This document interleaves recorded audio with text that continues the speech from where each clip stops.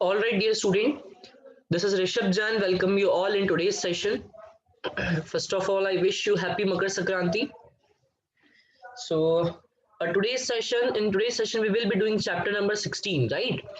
Chapter number 16, we will be discussing that is on page number 58, right? You can check on the book, page number 58, chapter number 16, we will be doing, right? The chapter name is tenses of verbs, right? And that is to specifically continuous tense हम लोग पढ़ने वाले हैं basically इस chapter में हम क्या पढ़ने वाले हैं कंटिन्यूस टेंस पढ़ने वाले हैं देखिए सबसे पहले हमने क्या पढ़ा था पहले हमने 14 चैप्टर में आईएनजी फॉर्म पढ़ी थी देन हमने हेल्पिंग वर्ब पढ़ी थी है ना सबसे पहले तो हमने आईएनजी फॉर्म पढ़ी थी कि नहीं पढ़ी थी students First of all, we studied the ing form in chapter number 14, right? Then we studied the helping verb. Then we studied helping verb, right? Now what we will be discussing? We will be discussing the continuous tense in this chapter. इस chapter में हम लोग क्या कर रहे होंगे? Continuous tense को discuss कर रहे होंगे, right? चलिए, तो आज के session में we will discuss only vocabulary part. In today's session, we will be discussing only vocabulary. And in the further sessions we will discuss everything, right? चलिए start करते हैं सेशन को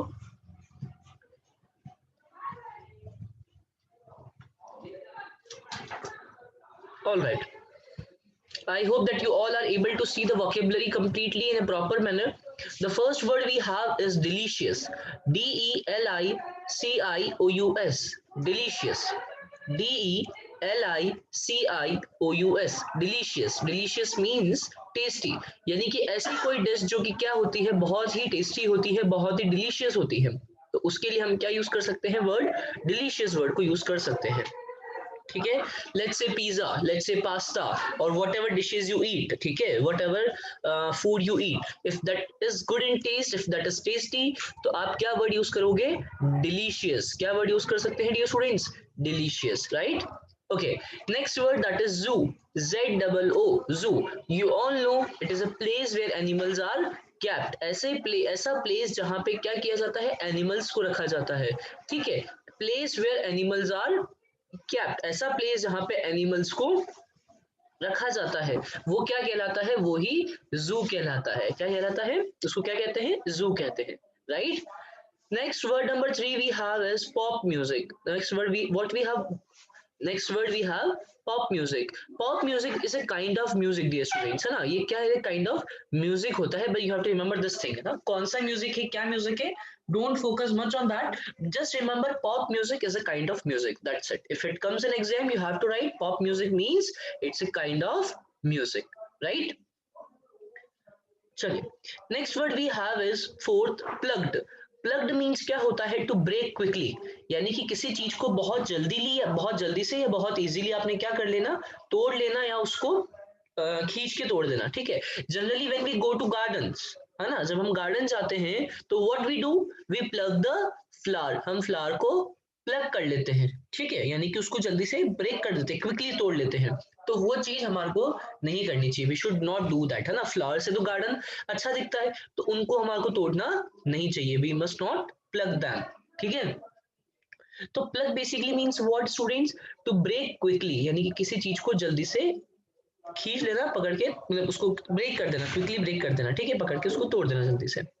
right next word we have is barked word number 5 is barked BARKED जो dog करते हैं ठीक है क्या नॉइस निकालते हैं बहुत गंदी सी और बहुत जोर जोर से so they make a noise the noise made by dogs ठीक है sometimes it happens they shout very loudly right they fight and they do that kind of thing so that is barked right इस तरीके से in that way barked means what noise made by dogs जो dogs noise निकालते हैं उसको हम क्या कहते हैं बाग कहते हैं BARKED बाग ठीक है word number 6 we have is rob ROB rob means क्या होता है डी स्टूडेंट्स टू स्टील यानी कि कोई बहुत बड़ी चीज को स्टील कर लेना कोई बहुत बड़ी चीज की चोरी कर लेना उसको क्या कहा जाता है रॉब कहा जाता है ठीक है रॉबरी भी कह सकते हो आप इसको you can say robbery as well right robbery is the same thing so rob basically means what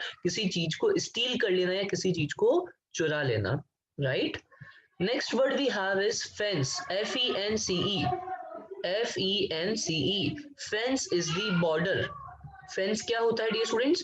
border area जो होता है, generally you have seen in your schools as well, school की पूरी बॉर्डर होती है कि नहीं होती, ठीक है, सो दैट नो एनिमल्स और something that kind of thing can enter the school, right? Otherwise क्या होगा, अगर बॉर्डर नहीं होगी तो कोई भी स्कूल के अंदर एंटर हो जाएगा कि नहीं हो जाएगा, right? So that's why we make the fence, हम क्या बनाते हैं? फेंस बनाते हैं, हम एक बॉर्डर बना देते हैं।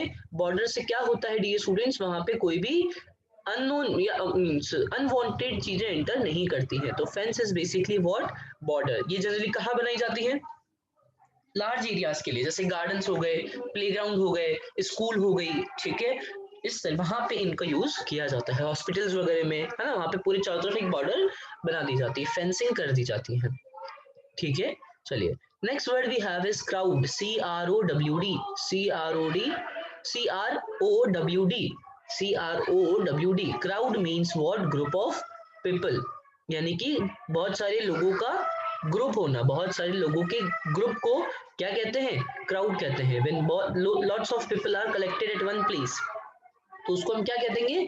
क्राउड कह देंगे। बहुत सारे लोग एक ही जगह पे जमा हो गए हैं आके, so that will be your crowd, CROWD। Crowd मतलब क्या होता है? बहुत सारे लोगों का एक जगह पे जमा हो जाना। Next word we have is scream. Word number 9, SCREAMS, screams. Screams means loud cry, यानी कि किसी का बहुत जोर जोर से लाउडली रोना या उसका चिल्लाना, उसको हम क्या कहेंगे? स्क्रीम कहेंगे, ठीक है। छोटे बच्चे होते हैं नर्सरी LKG के, वो क्या करते हैं? दे शाउट एंड क्राई लाउडली, बहुत जोर से चिल्ला के बहुत जोर से रोने लग जाते हैं। तो उसको, उसके लिए हम क्या यूज करते हैं? वर्ड स्क्रीम वर्ड यूज करते हैं। क्या वर्ड यूज करते हैं? स्क्रीम वर्ड को यूज किया जाता है। I hope that is clear. These words are very simple, dear students. Next word we have, the last one for today, that is word number 10, that is clone, CLOWN, clone, CLOWN, clone. Clone means क्या होता है? Entertainer. It can be anyone, any comedian, any dancer, any singer, the one who is entertaining you, है ना? ऐसा कोई जो आपको क्या कर रहा है? Entertain कर रहा है, that will be clone, CLOWN, right? So this was all about your today's vocabulary session, dear student. I hope कि आप लोगों को ये समझ में आया है, ठीक है। ये सारी चीजें आपको क्लियर हुई है, कैसे कौन सा वर्ड का मीनिंग क्या है।